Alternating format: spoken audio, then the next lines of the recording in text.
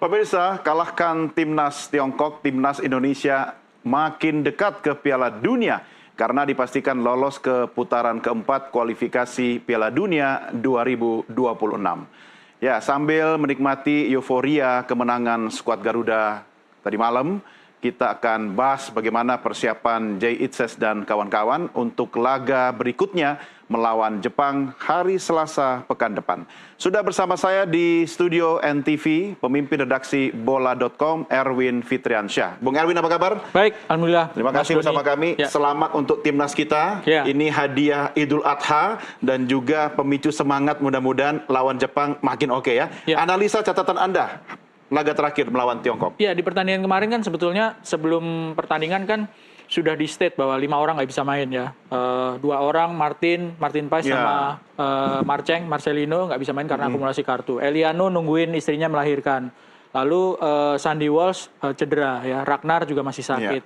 Jadi dalam kondisi bikin ngeri-ngeri sedap juga ya. Iya, dalam kondisi yang tidak ideal sebetulnya. Tapi justru di momen seperti itu ada kejelian, ada keberanian, ada keputusan yang diambil oleh tim pelatih Patrick Kluivert dan tim pelatih memainkan pemain-pemain yang sebelum-sebelumnya bukan menjadi starter, tapi buahnya adalah mereka tampil bagus. Ya. Menjadi starter, contohnya Egy. Ya. Egy ini dipanggil lagi setelah beberapa saat nggak masuk tim. Ricky Kambuaya, kakak Ricky ini kan juga jarang menjadi starter gitu ya. Tapi ketika menjadi starter, oke banget penampilannya. Lalu juga ada salah satu dari Sayuri Brothers gitu ya, ada Yakob di sebelah kanan. Betul.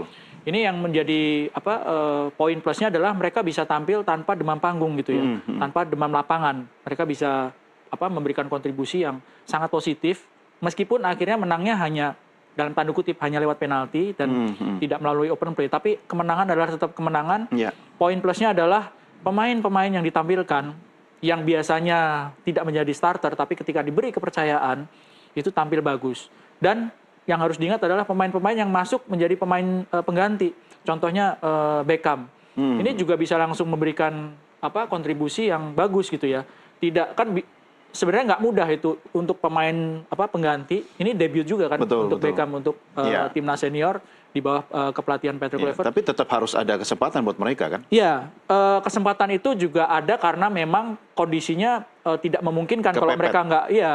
Jadi menurut Anda ini strateginya Coach Patrick yang kepepet melihat kondisi yang ada atau memang bagian dari plan A, plan B-nya dia? Pasti ada plan A, plan B ya. Karena kan udah ketahuan yang nggak bisa main 5 orang gitu ya. Terus sudah dicoret berapa orang gitu kan ya. Sudah ada pilihan yang diambil gitu ya. Kenapa mencoret beberapa nama ketika ada nama lain yang dipastikan tidak bisa gabung dalam skuad? Karena memang kan ada regulasi yang membuat yang bisa didaftarkan hanya segitu gitu ya. Jadi memang harus dicoret gitu. 5 orang pemain yang sebelum pertandingan dicoret kan. Pada Pratama, ada Asnawi, total 23 ya yang masuk ya. Betul. Jadi ada kejelian yang keluar ketika keadaan memang membutuhkan itu gitu. Jadi menurut Anda Coach Patrick ini menjadi jeli dan semua bakatnya keluar kalau kondisi kepepet? Saya pikir Coach Patrick dan jajaran pelatihnya punya waktu yang cukup banyak ya dibandingkan ketika pertandingan waktu lawan Australia, waktu lawan Bahrain itu kan waktunya mepet sekali. Ketemu juga baru 1-2 hari ya. Betul. Nah, kita di Bali lumayan kan 10 hari. 10 hari dan satu hal adalah Coach Patrick dan asistennya mereka sudah memantau kan. Setelah pertandingan lawan Bahrain itu kompetisi liga berjalan. Mereka memantau pemain-pemain yang bermain di Liga 1 ya. Sambil juga yang di abroad juga dipantau. Nah, hasil dari pemain pantauan Liga 1 itu kan muncul semua.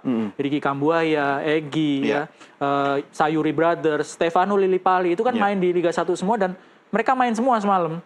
Soal chemistry pasti pengaruh dong ya. Ditambah dengan masa latihan yang cukup, menurut Anda, Bung Erwin gimana? Chemistry yang paling pengaruh adalah di lini depan. Ya, lini depan itu kan pemainnya Ole, lalu ada Ricky, ada Egy.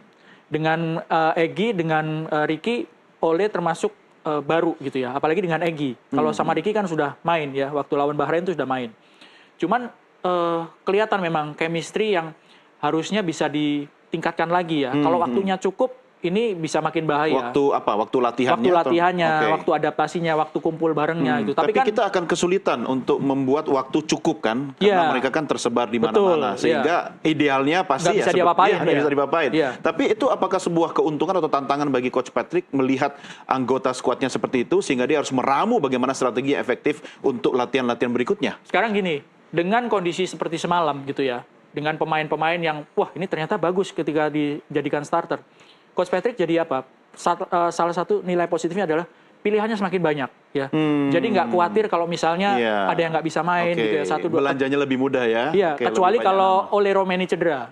Ole Romeni nggak bisa main, PR buat kita. Karena harus diakui pelapisnya kayak Ramadan Sananta itu ketika main diberikan kepercayaan belum bisa langsung nyetel gitu ya. Tapi nggak ada masalah soal chemistry dong? Dengan siapa nih? Dengan nama-nama yang Anda sebutkan tadi, ditambah lagi ketika misalnya masa latihan ternyata tidak sepanjang kalau waktu terakhir di Bali. Jadi gini, soal chemistry, soal waktu latihan, ini kan seiring berjalannya waktu mereka akan semakin sering ketemu. Jadi secara chemistry, logikanya mereka semakin sering ketemu, meskipun nggak lama-lama ya ketemunya ya. Mereka akan tahu kok. Sebagai pemain profesional biasa. Nah itu dia, artinya konsekuensi pemain profesional ya. Harusnya tidak boleh jadi kendala soal chemistry gitu kan. Cepat atau lama masa latihan mereka harus mau membangun chemistry dengan cepat. Tapi tadi ada satu diksi Bung Erwin, ada bilang ini kan menang kita dalam tanda petik ya lewat penalti gitu kan. Menurut Anda ini menang murni atau hoki atau bagian dari buah strategi yang menggiring atau menghasilkan penalti begitu? Buah dari strategi juga kan ya. Kan proses dari penalti itu juga karena nggak ujuk-ujuk lah ya. Ricky Kambuaya kan pressing kan ya. Betul. Pressing terus dia dilanggar gitu. Ya akhirnya menjadi penalti. Tapi di luar itu peluang sebetulnya banyak ya. Shooting on target ya, shooting yang melenceng dari Ole, dari Egy itu kan beberapa kali langsung on target tapi lemah ke kiper gitu ya. Jadi apa yang dipertontonkan semalam itu kalau bisa dimaksimalin lagi itu bisa menjadi ya lebih bahaya sih. Kalau tidak ada pelanggaran dari timnas lawan, artinya momentum itu lewat. Bagaimana seharusnya timnas kita memanfaatkan peluang-peluang sesuai dengan strategi tanpa adanya pelanggaran dari pihak lawan? Iya, itu yang menjadi PR. Iya kan? Anda melihat ada beberapa kali kesempatan seharusnya. Iya, ada 3 atau 4 kan ya, yang on target dan beberapa kali sudah berhadapan dengan kiper gitu kan. Kenapa lewat? Ya banyak faktor sih kalau gitu ya. Ada ketenangan, kiper lawan juga pas di posisi yang bagus gitu kan ya. Ada beberapa momen ketika Ramadan Sananta atau Yakub Sayuri itu berusaha untuk giring bola dan mau dienakin bolanya, tapi dicuri sama lawan. Itu kalau sudah gitu kan momentum ya, momentum yang ya lawan yang dapat momentumnya untuk mengagalkan gitu ya. Tapi itulah di bahwa menghadapi Jepang itu momen itu saya yakin nggak akan banyak, nggak akan banyak. Jadi memang harus dimaksimalin. Berapapun yang dapat. Setengah peluang pun harus bisa jadi gol, istilahnya seperti itu. Iya, nggak boleh ada yang mubazir ya.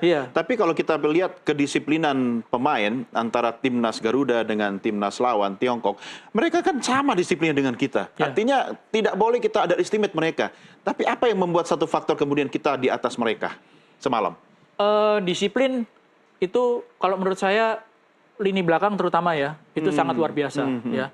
Dan kehadiran Emil Audero, ini kan debut juga dia. Betul. Dia bisa mengatasi beban sebagai pemain baru. Dia bisa menjalin kerjasama terutama dengan 3 orang back di depannya. Ada Jay, ada Rizky, sama Justin. Belum lagi tekanan publik ya.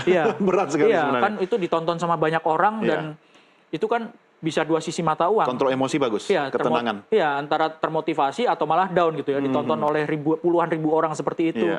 Ya, bahkan ditambah Presiden Republik Indonesia ada di stadion. Betul. Jadi salah satu faktor yang membuat Indonesia menang semalam adalah kedisiplinan ya, kedisiplinan. Karena possession kalah loh Indonesia itu semalam.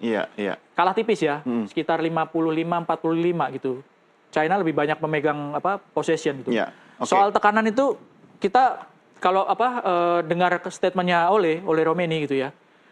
Ketika dia mendapatkan kesempatan untuk penalti, yang kepikiran siapa? Ibu saya yang lagi nonton itu juga pasti lagi stres banget gitu kan ya. Dan dia mengakui bahwa mengambil algojo penalti itu nggak mudah karena apa? Dia pernah mengalami hal itu ketika Indonesia dapat penalti di Australia.